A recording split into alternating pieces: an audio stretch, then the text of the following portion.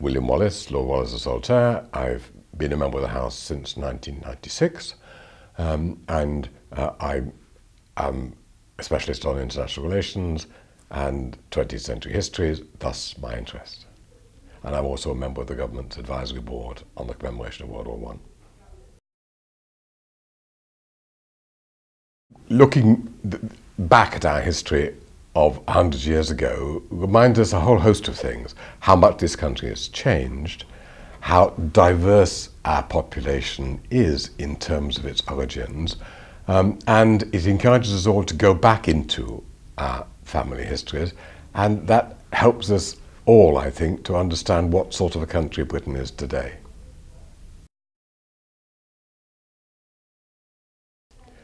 Partly my own interest, I'm researching my father's involvement in the First World War. He was 42 years older than me, 18 therefore in 1917, and fought through the last year.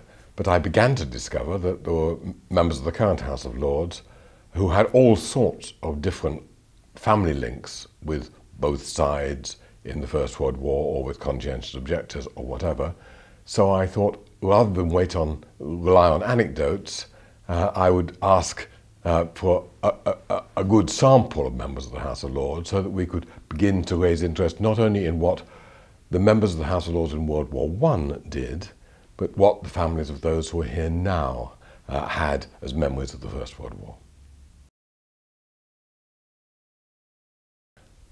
Well, we have several members whose families fought on the other side in the course of the First World War, particularly people who come from continental Jewish families whose families came over as refugees in the 1930s, many who come from ethnic minorities, whose grandparents or others were in the colonial forces in World War I, some who have aunts or grandmothers who were in the voluntary nursing service, and some, at least two, who were imprisoned during the war, who had family members who were imprisoned for objecting to the way in which the government was conscripting labour.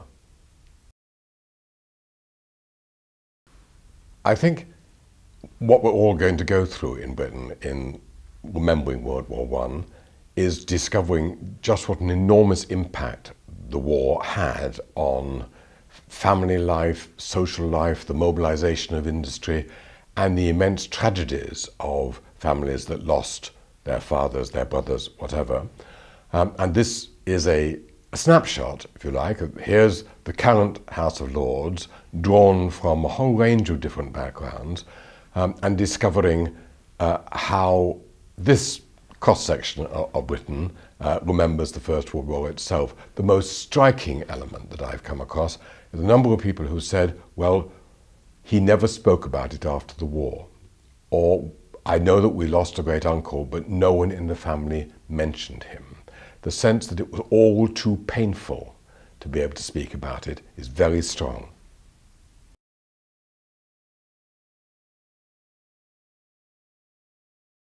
My father was called up in 1917, being from a Scottish family, volunteered for a Scottish Highland Regiment, went out as a Lance Corporal. Because he survived, rose to be a Staff Sergeant within a year. And at one point in the last German push, was the second in command of his battalion, because there were only 70 of them left, one of whom was an officer. It was a dreadful experience. He never spoke about it until he was 80, and he had a very serious operation, and in the course of recovering from the operation, saw, he said, a lot of his friends who had been killed in 1918, and then began to talk about his amazing and horrifying experiences in the trenches.